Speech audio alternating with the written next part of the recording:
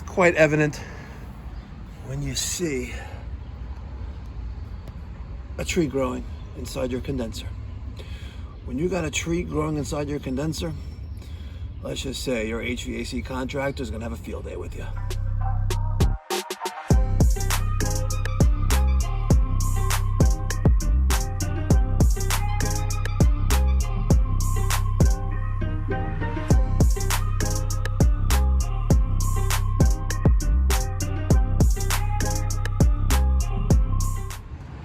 What's going on, ladies and gentlemen? Thank you so much for tuning in. Today we're going to do some maintenance on these two outdoor condensing units. We haven't serviced these outdoor units in a couple years. It's quite evident when you see a tree growing inside your condenser. When you got a tree growing inside your condenser, let's just say your HVAC contractor is going to have a field day with you.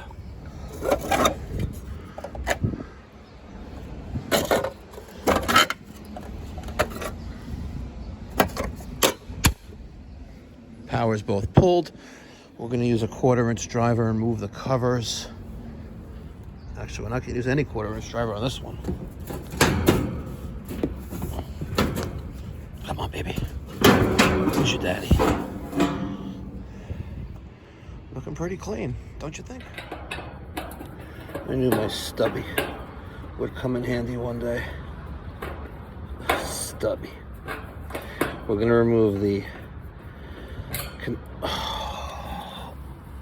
don't you love it when you're working on outdoor equipment and you're done, you're always missing a screw, or sometimes you even have an extra screw.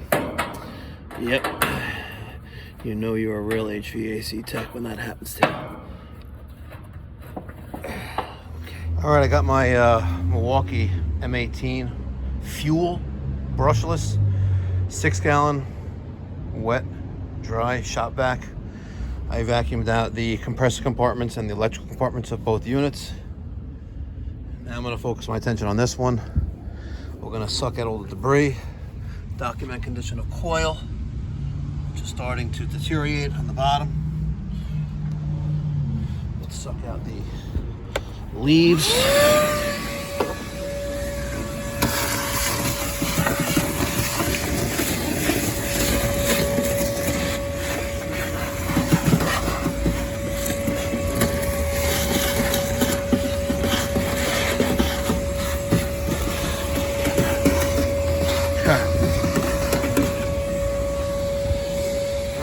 Time for the chemical. All right, because of the condition of the coil, I'm going to use the Viper Venom pack. This is their condenser cleaner, which is safe for microchannel coils. Now, I know that this is not a microchannel coil, right? But nonetheless, because of the damage to it, I want to minimize any risk and liability to myself and to the company, and also try to get this coil as clean as possible without using the New Bright by New Calgon, which is basically acid, you know. But they say something's better than nothing. So let's wash this coil. All right, I just pre-rinsed the coil with water. Now we're gonna apply the chemical from the inside out.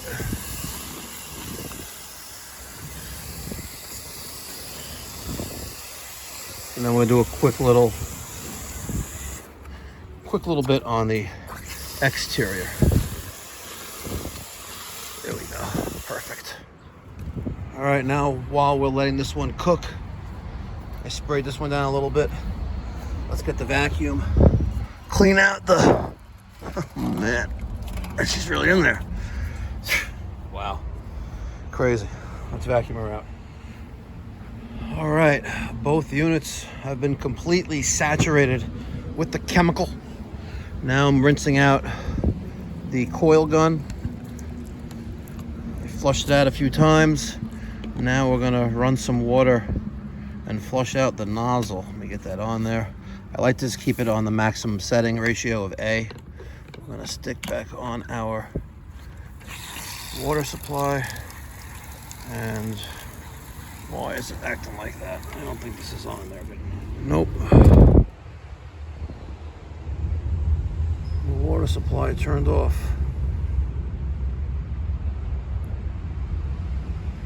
Oh, come on. There we go. Hopefully it's on. I'm a big fan of embracing technology, but sometimes it's dumb. All right. We're gonna run this through a full container of water, making sure that our coil gun is thoroughly clean and rinsed. We don't want to jam up our coil gun. You know they're not cheap, unless you're an Amazon shopper and you get the knockoff from China, even though this is made in China for a fraction of the price. You know what I mean. All right, it's been sitting for about 15 minutes. I used a coil brush and just brushed down the bottom of the units. Let's spray down the coil. Should take you about 10 minutes to get the chemical thoroughly rinsed from the coil. This is one part of the job where you absolutely must not rush through it. It's absolutely critical that you remove all the chemical. Now, I know this chemical that I'm using is non-toxic, but if you get into a habit of doing the same thing over and over again, you know what, when you're using a less toxic chemical on a coil, right, you're still gonna spend the same amount of time rinsing it. So when I'm done with this, I'll show you what it looks like with an abracadabra moment. You ready? Not too shabby, huh?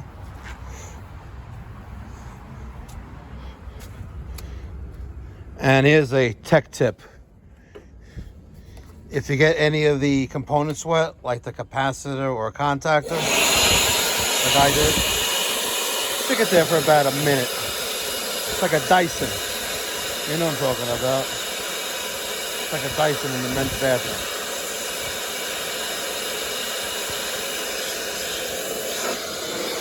Got a little bit in there as well.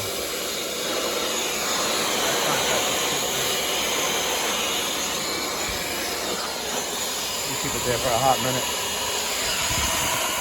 All right, we're gonna test out a couple components right now, like the coil on our contactor. Using needle nose, carefully removing the wiring from that. I'm gonna set my multimeter to read resistance ohms. And we're looking for the teens here, ladies and gentlemen. Let's get one there. 14. Okay. Condenser contactor is good. Next, we're gonna just short out our terminals on our capacitor. And let's remove common wires, Herm wire, and fan wire. Okay, we made note of where those wires go.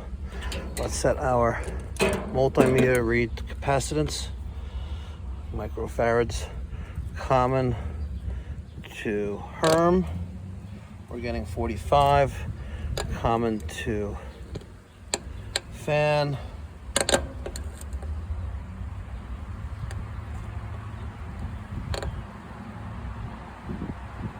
0.5. Let's see if I can get a better connection on there. All right, I got a better connection on there. I'm reading 10. Let's see what size this capacitor is. The survey says it's not in a position where we can read it. Of course, it's there. Maybe you guys can see what it is. All right, I pulled out the two 5/16 screws. Let's pull that bad boy out. And we have a 45/10. Passes the shake test. Let's reinstall and off to the next. And also remember, ladies and gentlemen, that you cannot test the capacitor with wires still attached. Okay? Don't be an idiot and think you can test the capacitor without the wires removed. The wires need to be removed from the capacitor in order to test the rated capacitance of said capacitor. If you don't believe me, try it for yourself. So I went up into the attic and I treated the drain pan with the condensate neutralizing tablets that we like to use. I didn't get any footage because it's like most attics you come across. No lighting, no flooring, just air handlers and ductwork and blown-in insulation. So we did add refrigerant to one of these systems a couple years ago. We're going to check out the refrigerant levels again now because of a history of leaks in the systems. All right, I have my JB Just Better Climate Class wireless probes hooked up to my second floor condenser unit, and we're checking temperatures, pressures, superheat, and subcooling. I got a TXV inside there, and we are at 12.5 degrees of subcooling, and it's bouncing around a little bit. We may have an issue with the TXV. What's cool about the app is that if I touch on the subcooling, let's say it's above ideal range, and that means that we have excessive subcooling when the condenser is flooded. And it typically indication of a condenser, refrigerant overcharge or refrigerant backing up into the condenser. High subcooling is typically not a singular problem, correct, and occurs with either high or low pressure depending on the severity and nature of the problem. So we're going to verify that the condenser is clean, but also if you notice I have a low superheat, and you want to make sure that our evaporator coil is clean, which it is, and my filter is clean, which it is. So we may have an overcharge condition here. We've been servicing this system for, I don't know, about 15 years now. This first floor system is what we added refrigerant to in the past. Second floor, we have not. My condensing coil is clean, it's dry, it's no longer wet. It's been running for about 20 minutes now. Seeing that we're back down to 10.6. So we may have an issue with a TXV, and you know what? These TXVs, these thermostatic expansion valves, they love to have problems. They really do. And it really sucks because only in a select few models, the TXV is removable with just a wrench. You know, not with the nitrogen and the brazing rig. You're going to bring the brazing rig up to the attic, wherever the air handler is, and, you know, get rid of that capillary tube, measuring that pressure on one side of the TXV and sweat it out on the inlet and outlet side of the TXV. It's just, you know what I mean? It's just annoying. But now we're at 7 degrees of subcooling. So probably have a bad TXV going bad. Who knows? It is cooling. We have a 33 degree condensing coil, a 91 degree condensing coil. We're good for now, at least. One of the great things I love about House Call Pro, which is our dispatching, invoicing, and payment receiving app, is that I can attach pictures to the invoice, send them an email or a text message as a PDF, and they can see exactly what's going on. What I did off camera was I screenshotted the Climate Class app, the temperatures and pressures, so we could document that, but also an explanation as to why there is high subcooling and why there's low superheating. And then I give them a little blurb in the description section of the invoice. When you call Pipe Doctor Home Services, I have a philosophy that was instilled upon me on my previous mentor, that leave no stone unturned. Do your due diligence, and there's no such thing as a 20-minute tune-up.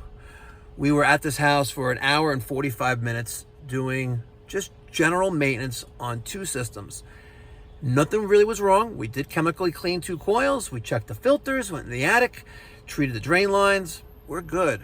Do your due diligence, document your work, build those relationships with your clients, and you'll never have to worry about, why isn't my phone ringing? I'd like to give a huge shout out to the folks over at House Call Pro for allowing Pipe Doctor and Mikey Pipes, myself, to be an House Call Pro ambassador. I think they're great. I'm a firm believer in having the right tools for the job. Whether if you're working on fuel burning appliances like a furnace or a boiler, you need a combustion analyzer. If you're working on central air conditioning equipment, you need a multimeter and refrigeration gauges.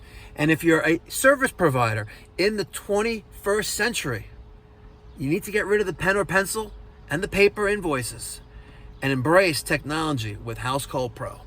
Thank you so much for your time. I really appreciate it. If this is your first time viewing the channel and you like this kind of content, let me get your thoughts and feedback in the comment section down below. If you want any stickers like the ones behind me, they're free. Email me, mike@mikeypipes.com. I'll be more than glad to send you a few stickers in the mail as a token of my appreciation for showing me some love. I'll catch you in the next one. Be well, God bless, stay safe.